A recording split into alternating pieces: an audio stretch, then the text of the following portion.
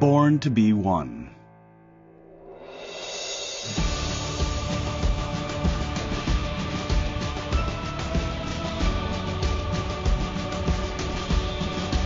Coming together to redefine container shipping. We are one, believing in the power of working together.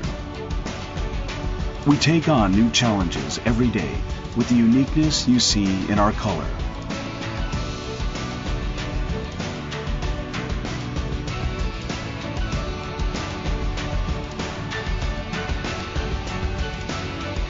Overcoming obstacles beyond borders and cultures.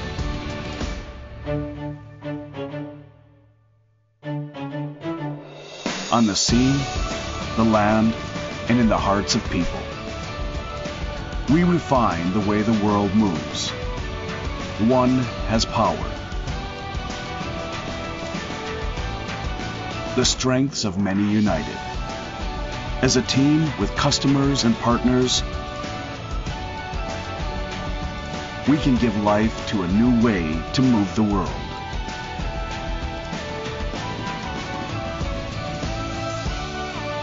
As one, we can. One Ocean Network Express. Hi, my name is Koehring. I'm the head of the Economist Impact's World Ocean Initiative, which imagines an ocean in robust health and with a vital economy. The World Ocean Summit, of course, and our webinars are an integral part of the work we do on accelerating a sustainable ocean economy. And you can find out more about the work we do at the initiative and the summit, including coverage of the key themes discussed during our webinars on our website, ocean.economist.com. So welcome to today's discussion on decarbonizing maritime transport. And shipping is, of course, a very important part of the blue economy. It's crucial for the growth of the global economy and trade, of course. 90% of all traded goods pass through the shipping supply chain. However, we know that shipping is also a major contributor to climate change and air pollution.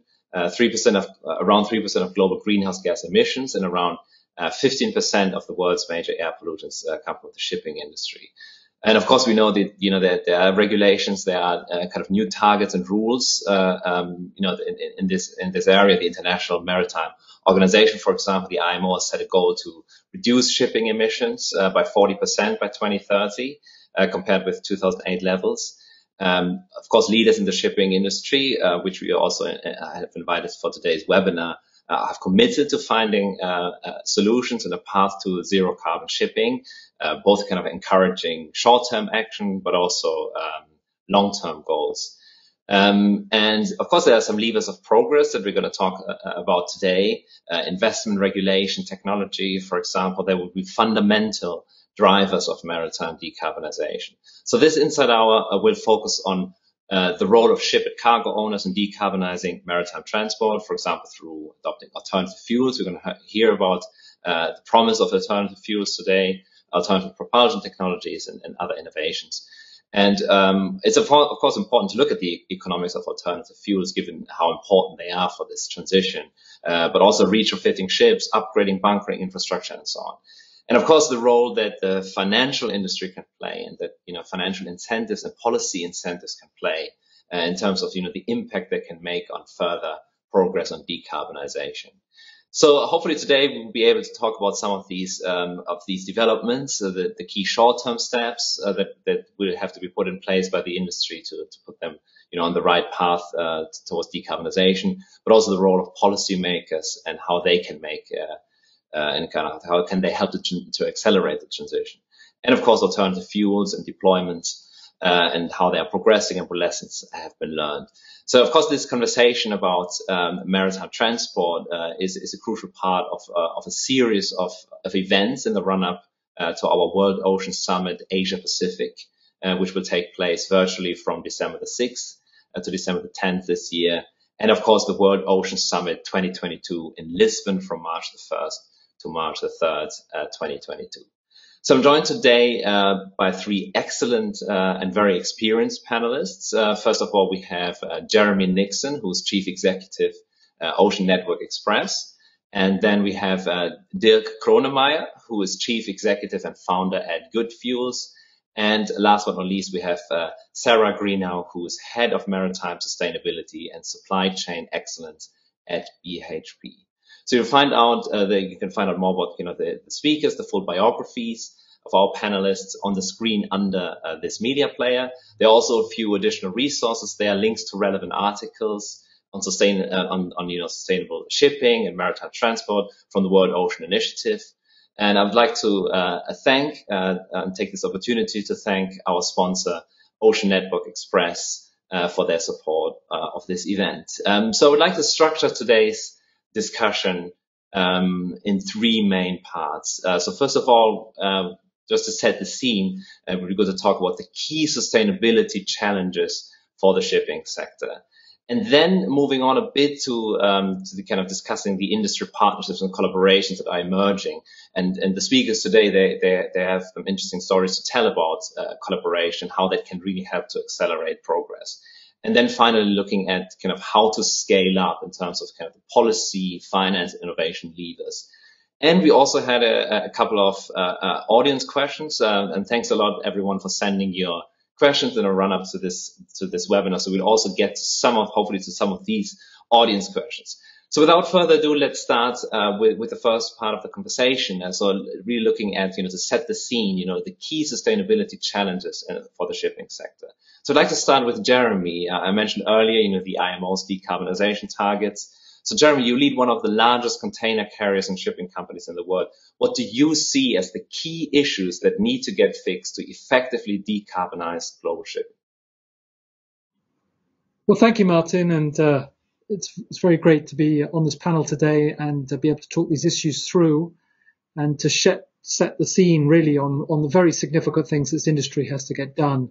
So I think as we're all aware, container shipping or shipping in general is a servant of global trade. And we've seen over the last 300-400 years, trade has accelerated over many, many dimensions. And we've gone from, the original wind-powered ships to the use of steam turbines using coal, through to internal combustion engines using fuel oil, bunker fuel oil. And now we're at this cusp now of where we have to move away from these carbon fuels and move to a totally decarbonized way. And since then, we have somewhere around 60,000 ocean-going vessels, if we include all the domestic trades and local ships as well. So it's a huge task ahead of us to switch away from carbon fuels and go universally to decarb over the next 10, 20 years. So first of all, we have to have a regulatory framework. We have some clarity around what the industry has to achieve in terms of the regulation. And fortunately, we have the IMO, which is a single UN body that oversees shipping. And that's very helpful for helping us to establish universally what the new rules and regulations should be. And they've set out, as we're all aware, an initial objective, which is to reduce greenhouse gases and carbon dioxide by 2050 by 50% compared with 2008, and reduce the carbon intensity by 70% compared with 2008. But by 2030, we have to get to 40%. And so through the IMO mechanisms, through the MEPC, they've been working on a number of legislations, a number of ways of achieving that. And the very latest form of that is the new EEDI and the new EEXI and the new CII requirements, which will kick in 2023, which essentially require ships to be graded and marked as to what their carbon efficiency is, and to carry some penalty in terms of speed and actually retrofitting if they can't achieve certain targets. And those targets will gradually retroactively get tougher and tougher as we lead up towards 228, 229.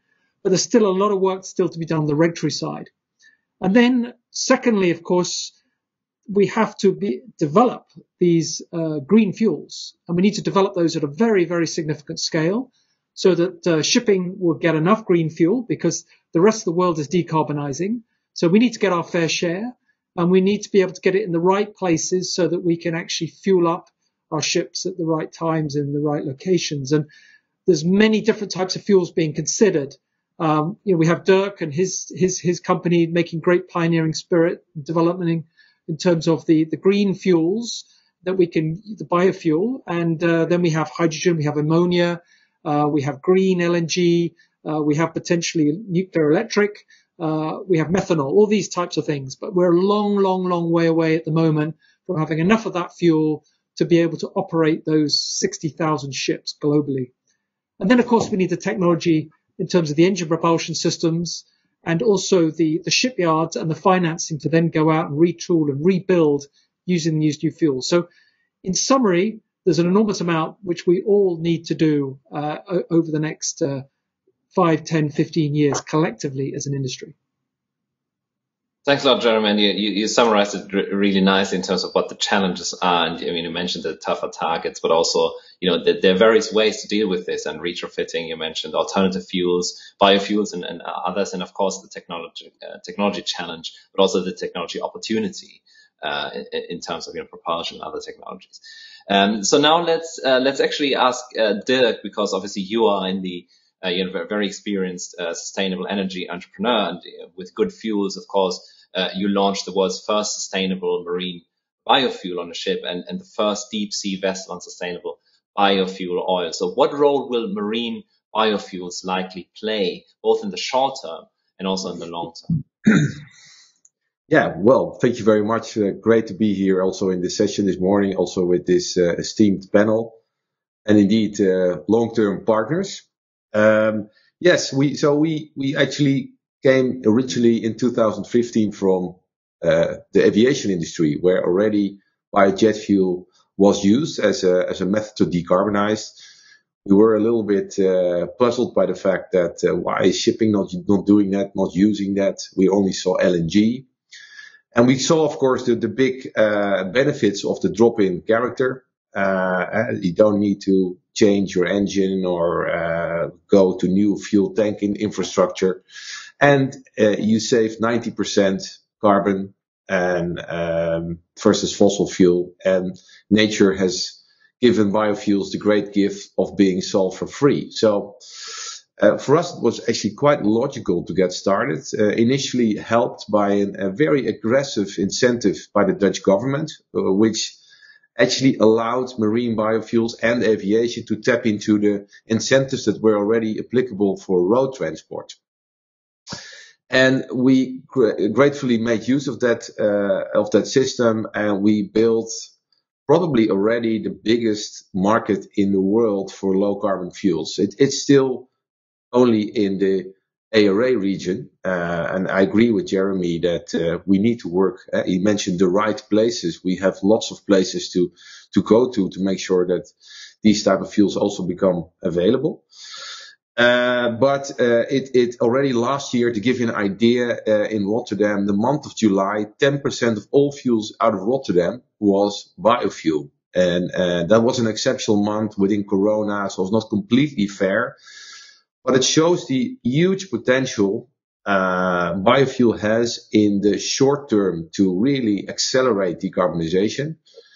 And also, I think, so in the next sort of 5 to 10 years, it's going to be a accelerator. It's the only fuel that can be used today, tomorrow.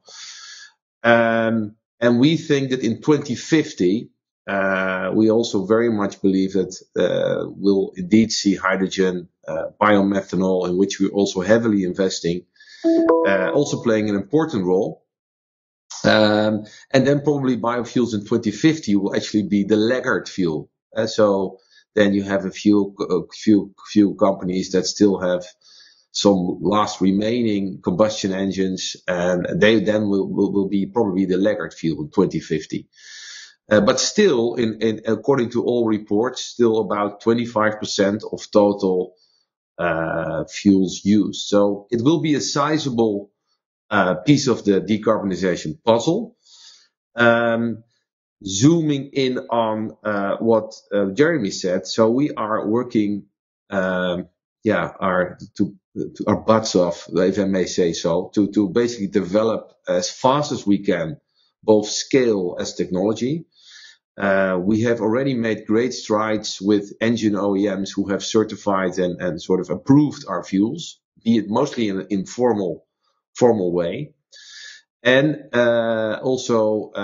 and this is also part of the partnership that we have with BHP for such a long time, and also with Oni one, is that we are going also to Singapore. We're launching our proposition in Singapore by the end of the year. And even though it's a way more difficult market than Rotterdam, because there are no aggressive incentives yet, we are counting on the fact that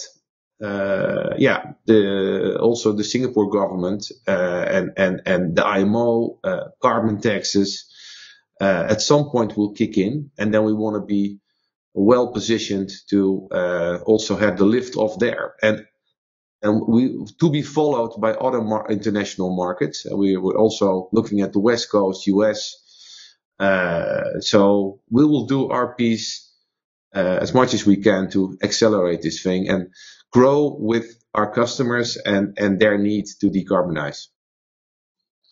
Brilliant. Thanks a lot, Dirk. And I mean, you highlighted that it's already, used today and also as a technology for tomorrow, marine biofuels. And you mentioned the challenge of scale, which we will get to hopefully later.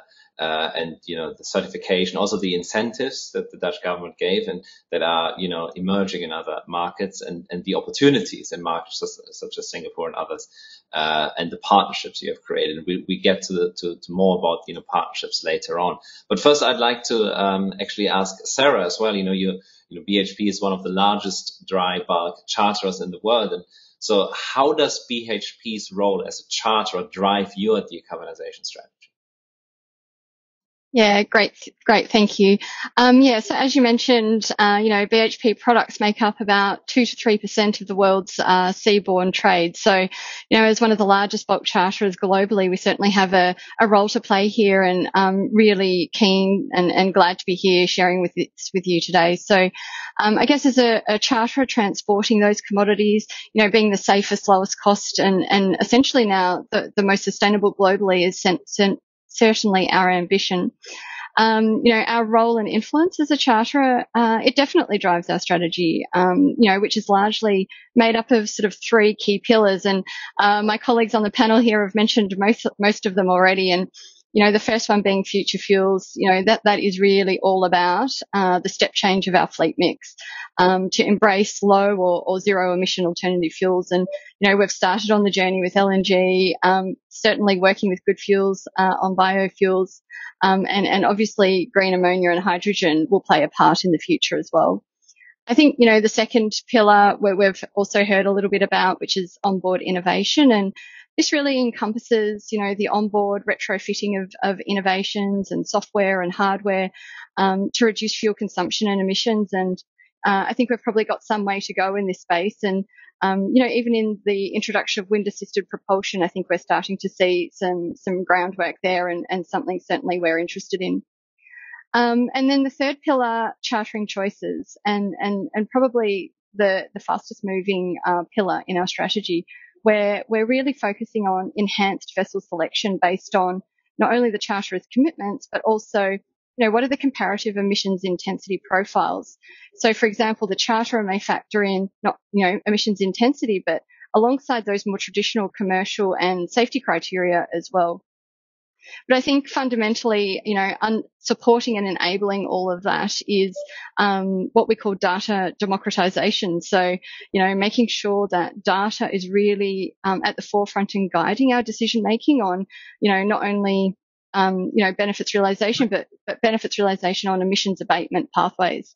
So I think, making data accessible, and giving us that extra insight into chartering better vessels is certainly fundamental to our strategy as well.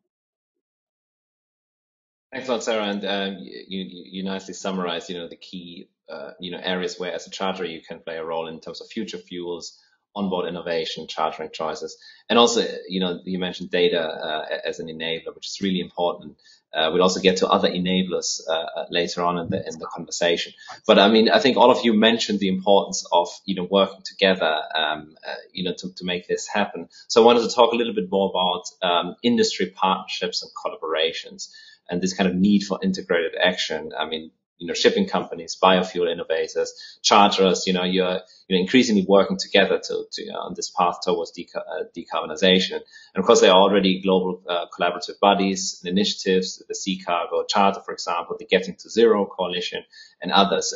So Dirk, I wanted to start with you. I mean, you have created lots of exciting partnerships with key players in shipping. You mentioned that you're working with Ocean Network Express and others, and also with cargo owners such as BHP. Why did you involve the cargo owner quickly in your business model? Well, to be honest, it was already a learning that we took from aviation, whereby the cost of biojet fuel was simply too high for airlines to afford, and we had to involve the clients to say, listen, instead of planting trees or offsetting, why don't you help us actually to change the industry and fly on biojet fuel? So we were already inspired by that. And we faced the same problem in marine, biofuels being more expensive than fossil equivalent. Be it that the premium is not as high as we're used to in aviation. So actually that is also the cool thing about marine for us, that the actual bang for your carbon buck in marine is probably the best in the world.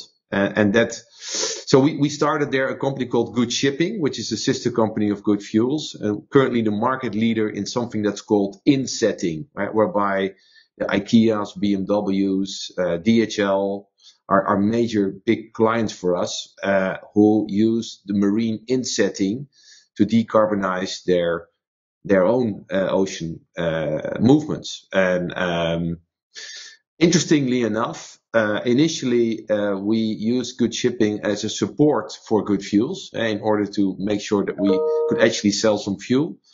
Now Good Shipping is struggling to keep up with GoodFuels. GoodFuels is struggling to keep up with Good Shipping. I mean, the demand from cargo owners is so high that we have to almost accelerate on everything we have on the production side to keep up with corporate demand, and specifically with Corona, which has been an unusual accelerator in it. We see especially the low carbon demand, not so much even driven by the government yet, but very, very much by the cargo owners. And BHP has been always been a forward thinker on that. We have been discussing with BHP for almost for 5 years on this topic. And we hope to help them decarbonize. It's also on their request that says, okay, listen, it's nice Rotterdam, but we also need Singapore. So for us, it's also the business case to go there is very much inspired by the work that BHP is doing. Of course, some other players as well. But also, of course, the partnerships that we have with our suppliers, with our feedstock components. We make our fuel based on a composition of about 12 components. And of course, in this day and age, also their partnerships are extremely key.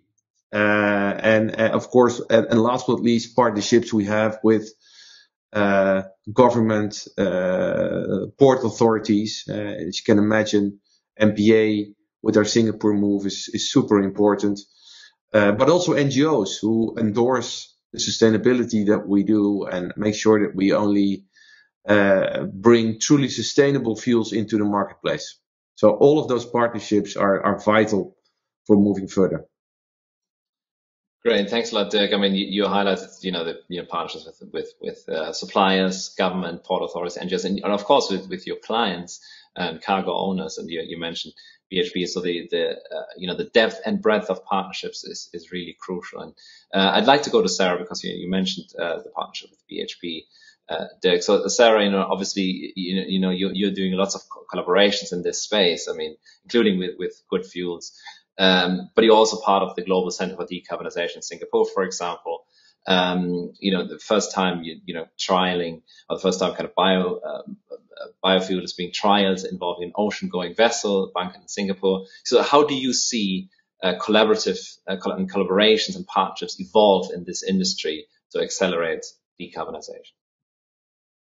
Yeah, thank you. I think collaboration across the ecosystem is absolutely paramount, and on our pathway to net zero, I think everyone really must understand their obligations and the role that they need to play, across the value chain. And the only way we change how our sector operates is for us really to come together across sectors and in partnerships, and to find those solutions. And I think you mentioned the newly formed Maritime Decarbonising Centre is a great example of that.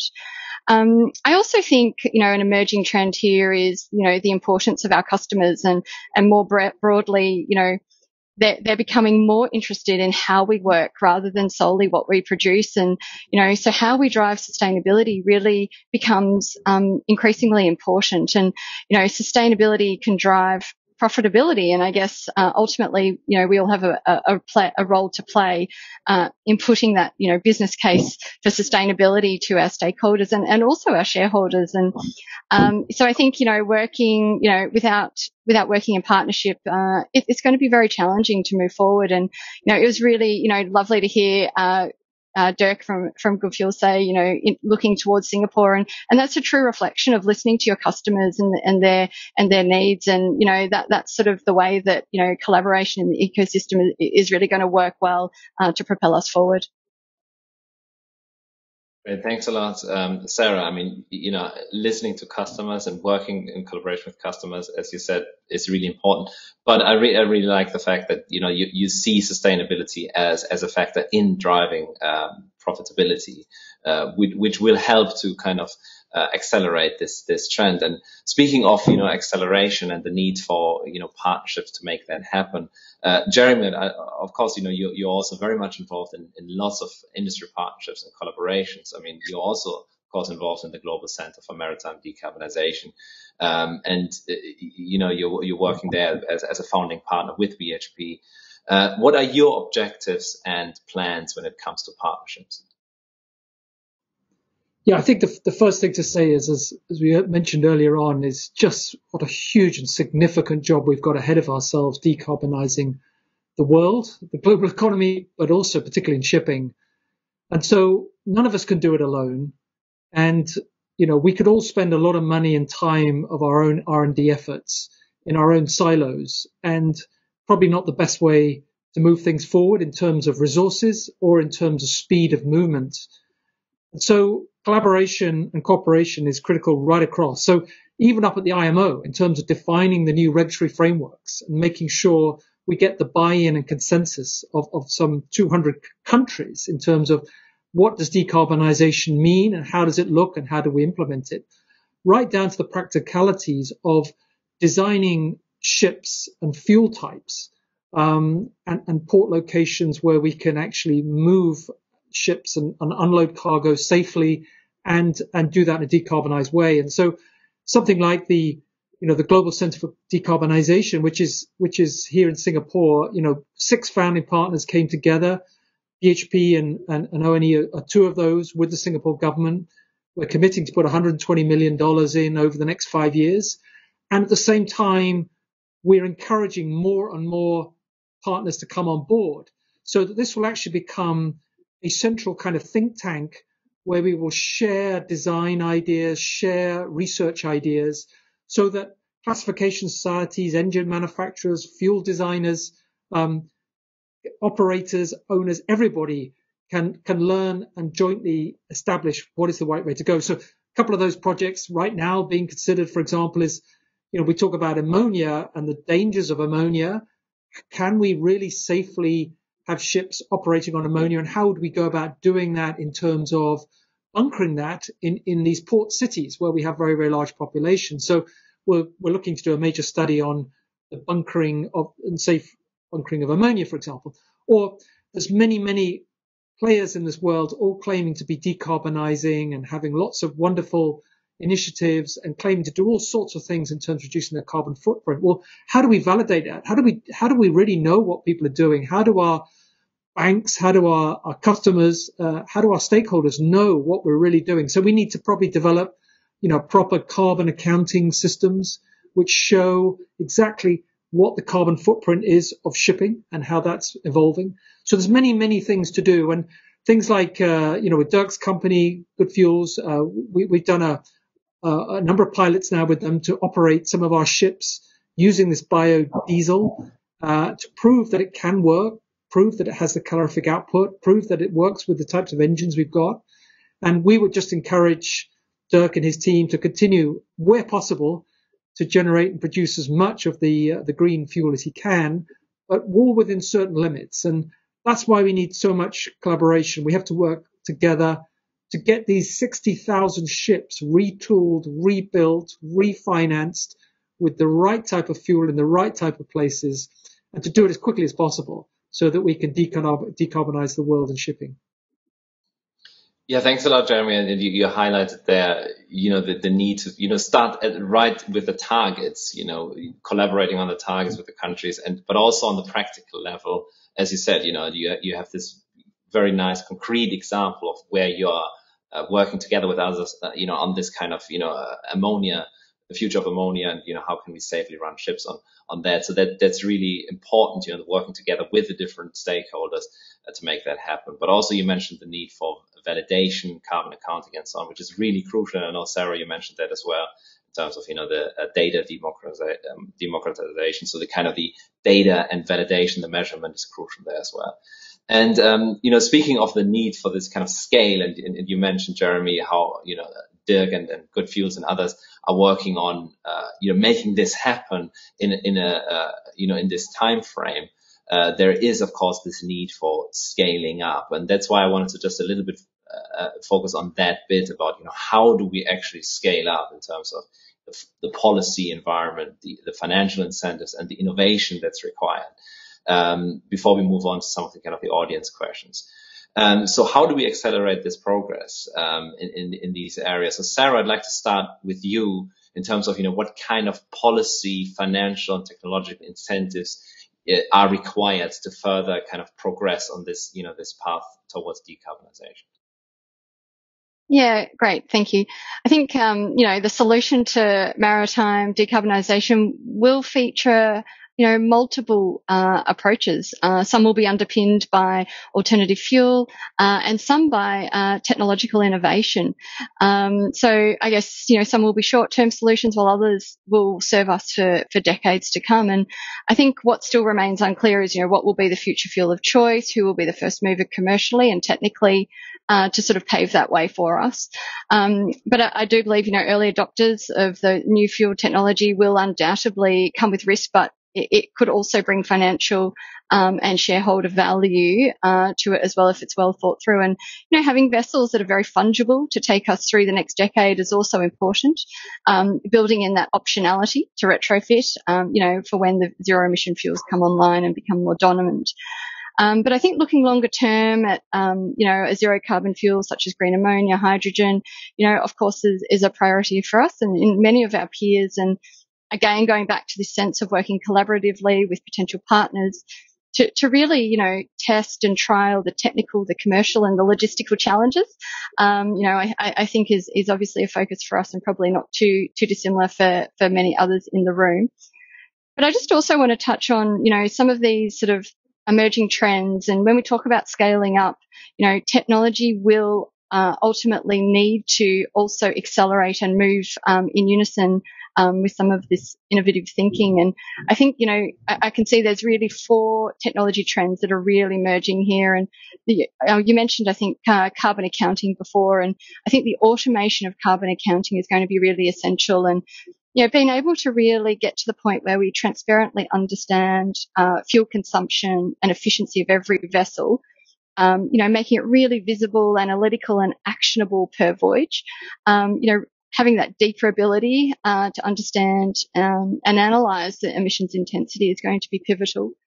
And I think then also this theme of data guarantees and traceability, with growing customer demand for green products and green supply chains, I think having emissions traceability is also going to become increasingly important. And we're sort of seeing a few industries sort of break away here in nickel and batteries and the automotive industry. There's some traceability platforms sort of emerging there, and I think we're going to see that come through as well. I think real-time fuel emissions and sensors. I mean, sensors are nothing new, but being able to deploy those devices and get those real-time insights back in the shipping context. I think we have them on our phone devices. We get updates all the time in real time. It should be status quo in the shipping context as well.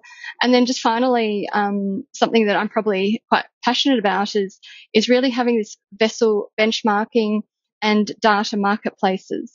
So, making sure that we can go in there and really benchmark ourselves from a vessel design and efficiency level, and just to see how we compare against our peers in the industry, I think will also be really important as some of the key emerging technology trends to help us scale up.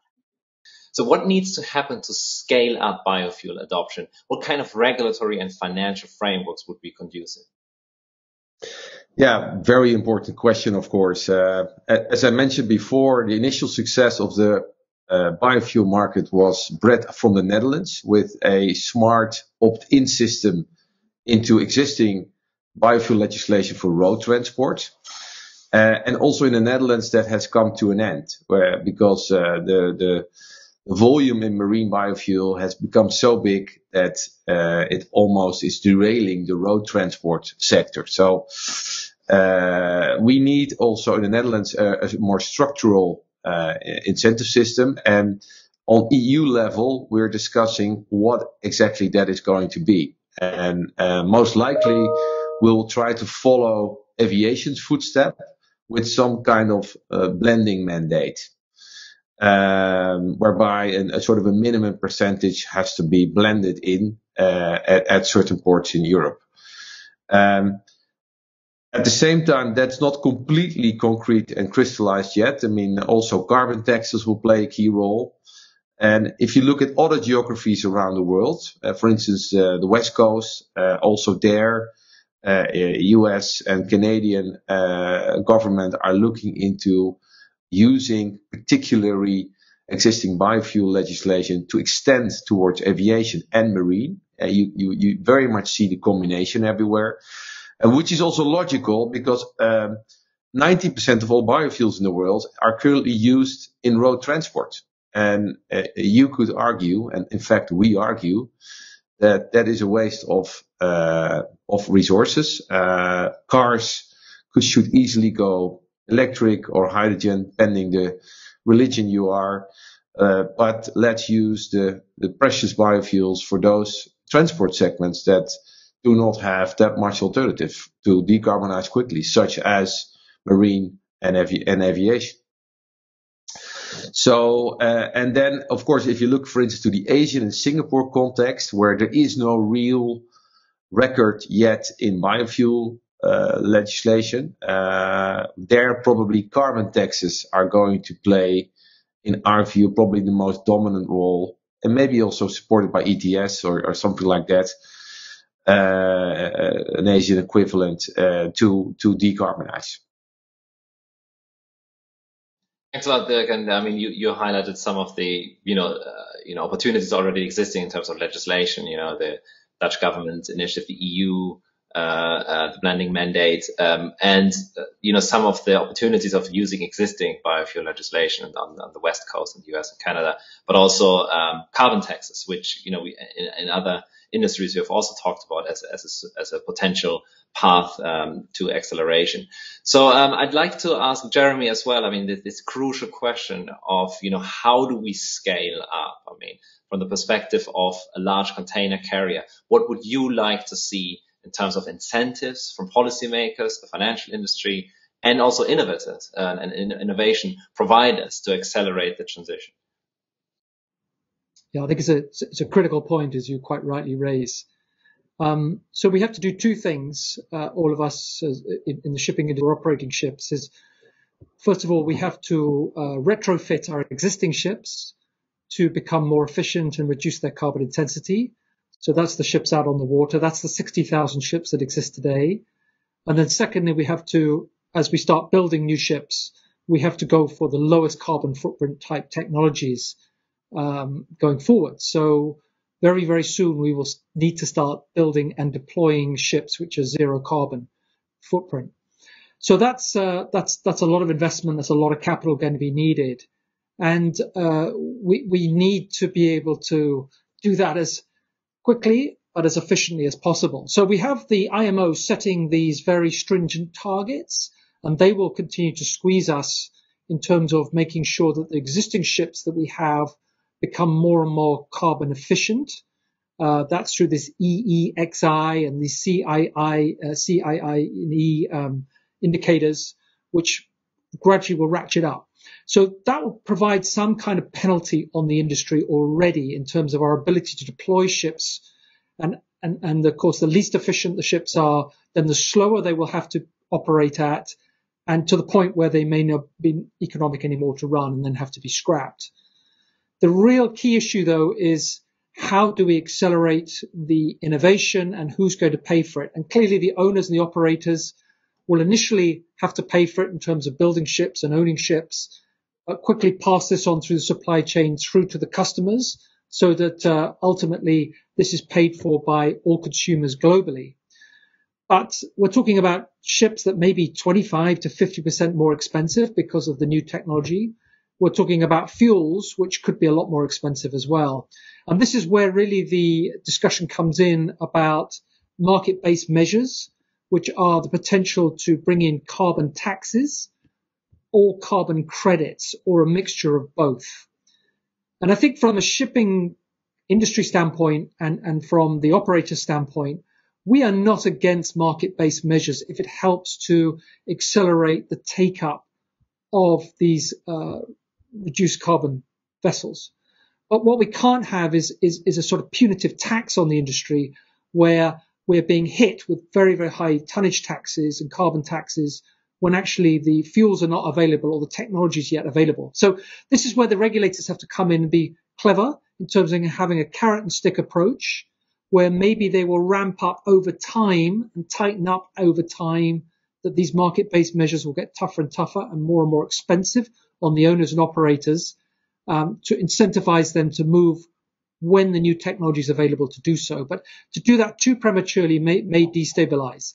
And that's why the shipping industry, through the trade associations, International Chamber of Shipping, World Shipping Council, etc., have come forward with this IMRB proposal, which is where we would have a levy on every ton of bunker fuel that is being bunkered today, and that will be collected by the IMO, and then that amount of money, which could add up to $3, $4, $5, $6, $7 billion over time, could be used to also help with the R&D improvements that we need. So that the decarbonisation centres we talk about, or the work being done by academia or other industries to help us, we could help to fund that to accelerate quicker. So it needs a lot of different things going on, but no problem about market-based measures so long as they're fair, they're universal, they're transparent, and they're phased in over time.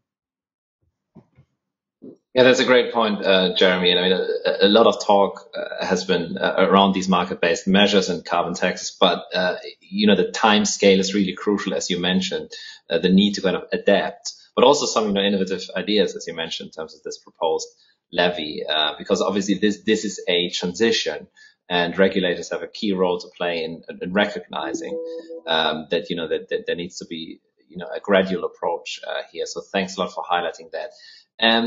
Thanks for all of your of your great discussion points. We've had some really interesting questions from the audience, so I'd like to get to those questions now. So thanks a lot, everyone, for sending your questions in the run-up to this webinar. There's a question here by Tina Hertz, Kaya Group, and I think this is mainly for Dirk, but anyone else can chime in as well. I mean, how do you see the dilemma between IMO progress, which some deem too slow, and regional regulations, such as in the EU's Fit for 55, suggesting to integrate shipping in the EU's emission trading system?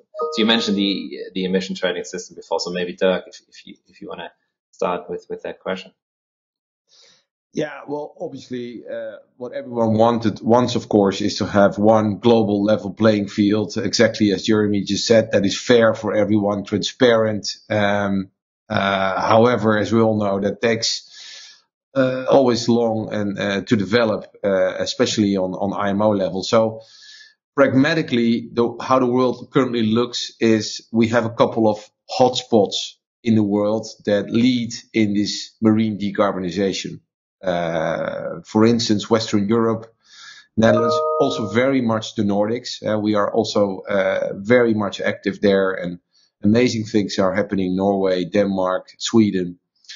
And then we clearly see West Coast US emerging. Also interesting to see only the West Coast. East Coast is still different ballgame. But states like California, Washington State, British Columbia, and Canada are really moving strides. And so this is pragmatically where we need to be. And how we actually look at these hotspots is that they will create the track record and believe that this is actually globally scalable. And from there on, I think we move towards a broader global playing field at some point. And I'm actually quite optimistic. I wasn't always that optimistic that that world would come. Now there is such a huge pressure on carbon. I'm actually quite optimistic that on IMO level things will move quicker than everyone expects as well. So let's keep our fingers crossed. Okay, brilliant. Thanks a lot for highlighting, the need for a level playing field, but also, the different hotspots with their own track record. There is a question here, and I think Jeremy, I think that one would be good for you to answer, from Julian Pusher from Maersk. How to solve the chicken egg problem of quickly accelerating green ship new builds, retrofits, and the sufficient supply of green fuels? Yeah, we have to do both. And it seems sometimes as a chicken and egg. So we need the energy companies to rapidly move ahead and ramp up these new green fuels and produce them in significant amounts and scale that we can use them in the future and start using them now as well.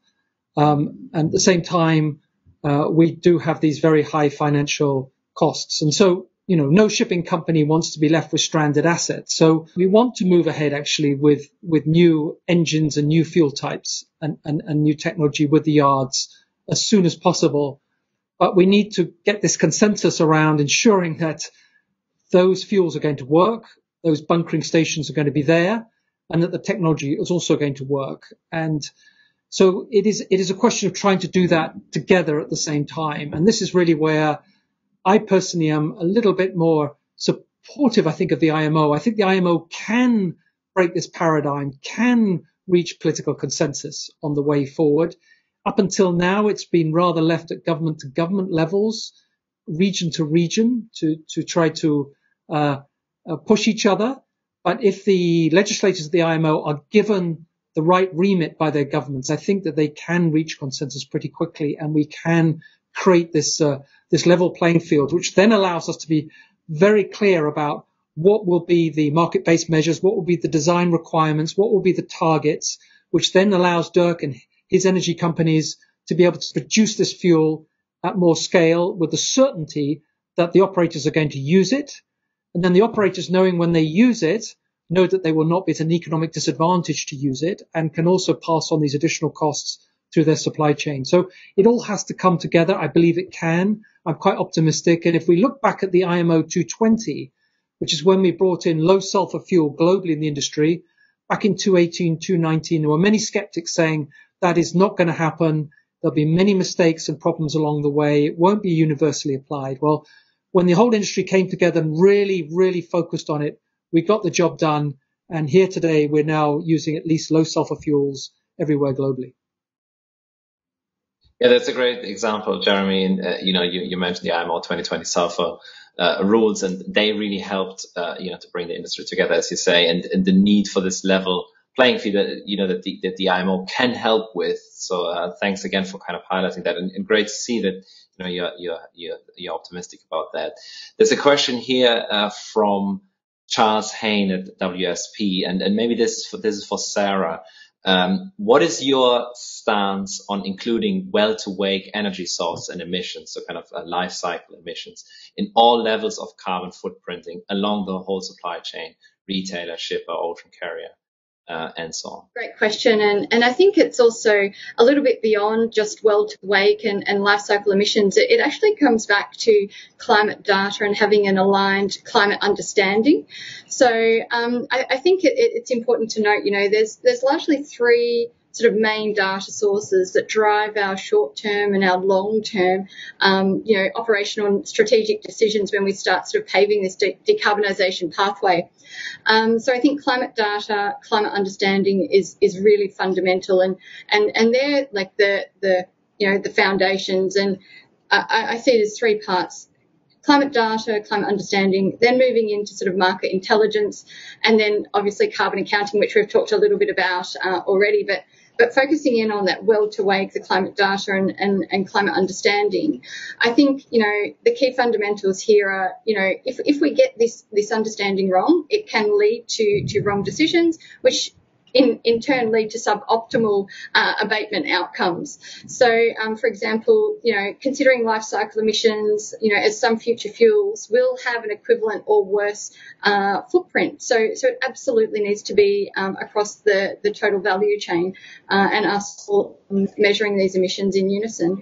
And our longer term, future fuel position must consider well to wake as well, especially as we move into some of these sort of renewable and green production methods as they come online as well. But I think we referred just recently to sort of some carbon accounting practices and new metrics coming online, and I completely agree with that, and also really understanding what role you play in the value chain and how your, emissions footprint and your scope 1, 2 or 3 impacts your counterparts, in the value chain. So from a charterer's perspective, the vessel owner's scope 1 emissions in turn become the charterer's scope 3 emissions, in turn become the customer's scope 3 emissions. And I think that just really demonstrates, back to the point on collaboration, really important to understand how we impact each other, and also, working together, because ultimately our emissions carbon accounting obviously has an impact on each other in the value chain.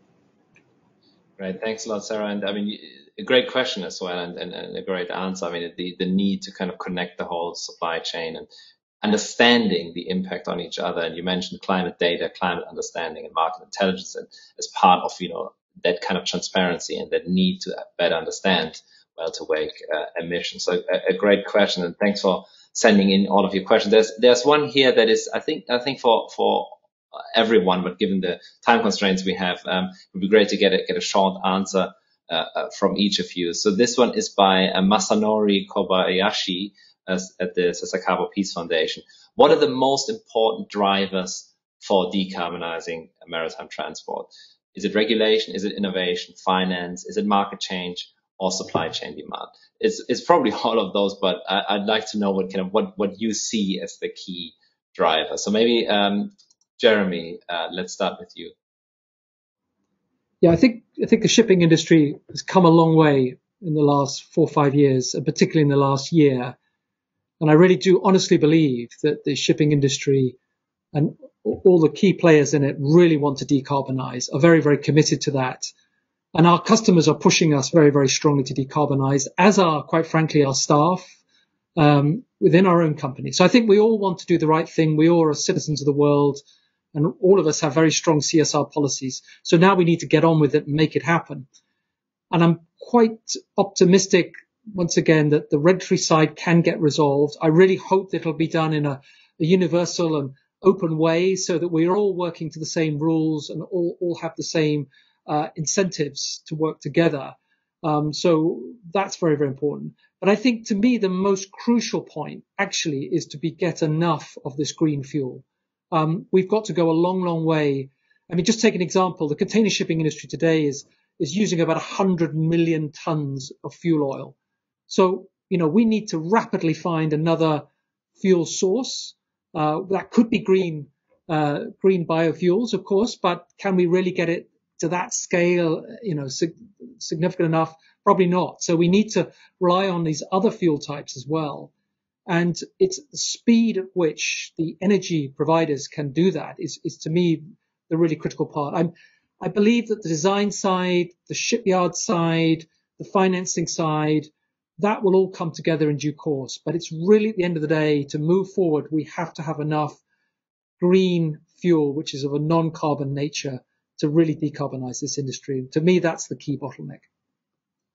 Yeah, thanks a lot, Jeremy, for highlighting that. And obviously, Dirk, this is your key area in terms of providing one key source of that alternative fuel. And what is the crucial driver for you? And the question was about what are the most important drivers? So is it regulation? Is it innovation? Is it finance? Do you want to summarize what is the key driver for you? Well, Jeremy is absolutely right. We have to scale this up specifically fuel-wise as fast as we can. And from a biofuel perspective, it's out there now, but also will it be enough to decarbonize the entire sector, even if we would shift all existing biofuels from road transport to shipping? No. We think biofuels is about 25% of the solution. So yes, other fuel types have to be developed as well. And so we are also heavily investing in, for instance, biomethanol to get that up and running. We very much believe in that. But obviously also government incentives will play a crucial role. I mean, we are now starting in Singapore without any incentives at all. And it is brutal if you look at the business case. If you look at the premium versus fossil fuel, that's simply impossible. So also local governments have to move to really get that going and support us and get that tipping point faster. So for me, also government legislation, whether it's local or on IMO level, is just as crucial. And then the third big driver is companies like BHP, the cargo owners, who are really already saying, listen, I can do my part. Maybe I can't do all my cargo initially on renewable, but let's say I'll do 10%. I'll do 10% of my cargo because I want to make a statement. I want to accelerate this thing. And thank God that more and more cargo owners are thinking like that. And we need them as well to accelerate the energy transition, especially until structural government legislation and bigger ramp up in production is there. And in the meantime, we are trying to build as fast as possible new refineries, open up new feedstock pathways, such as sawdust, for instance, to scale. And the race is on. Brilliant. Yes, the race is on. That's right. I mean, there's a lot of opportunity, but also the deadlines and the timelines are very tight. So it's great to see your enthusiasm and your progress. But as you said, I mean, there needs to be the scaling up, and government incentives can play a role, as you said, IMO and local, and also cargo owners, BHP, for example, can help in kind of accelerating that. So Sarah, I mean, obviously this is crucial that you're a part of this solution. As you mentioned, you're already doing a lot to help in this transition. What is the key driver for you in terms of is it regulation, innovation, finance? What is the key driver to help you and your organization on this path? I think it's hard to pick one, but I think at the outset, we must be aspirational in our target setting, but more importantly aligned. That's government, IMO, industry, especially in our pathway, whether it's 2030 or 2050. And I think having those meaningful targets is how we will get there, and that will trigger action in unison.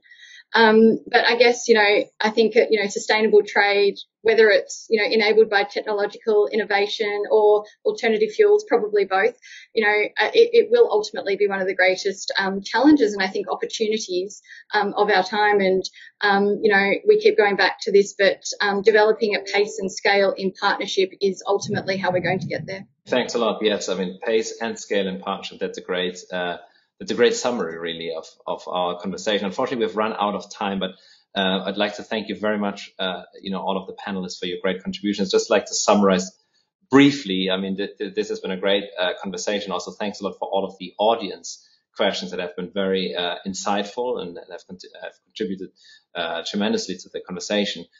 So, I mean, we know shipping can make this happen, this transition. I mean, can embrace 100% decarbonization. There are already lots of great initiatives that we've heard about today. The solutions are there, technological innovations, the alternative fuels, marine biofuels, one of them that Dirk highlighted, LNG, ammonia, hydrogen, and so on. So there are lots of opportunities in that space. The need to measure. I mean, Sarah, you made a lot of points on that front in terms of measuring and ensuring sustainability, kind of the data-driven decision making, the validation of what is happening in terms of carbon accounting and so on. And of course, I mean, Jeremy, Ocean Network Express and others are working very closely with others, and that's why this panel, in a way, is also a symbol and an example of the great partnerships that your and the organizations in this industry are working on. So, the Global Center for Maritime Decarbonization that we mentioned, and others, bringing stakeholders together, developing innovative solutions, is really crucial. And of course, and Jeremy, I think you mentioned that, the regulators play a crucial role in terms of providing both carrots and sticks. So in terms of, market-based measures, carbon taxes and carbon credits and so on. But then, of course, they have to be introduced over time, and they have to be, if they're introduced too prematurely, then there might be risks for this decarbonization pathway. And yeah, so there's a lot to do, but there are lots of innovations. So thanks a lot again to all of the panelists for your time and for your great contributions. Thanks a lot to our sponsor, Ocean Network Express. Stay tuned for the next events in the series. On November 17th, we have the one on enhancing stewardship for the safe, sustainable use of the ocean, supported by Lloyd's Register Foundation. And also another kind of, key dates to put in the calendar. The World Ocean Summit Asia Pacific, December the 6th to the 10th, virtual event. And of course, our flagship World Ocean Summit 2022 from March 1st to March 3rd, in Lisbon, Portugal. So thank you very much again, and we hope to welcome you again soon.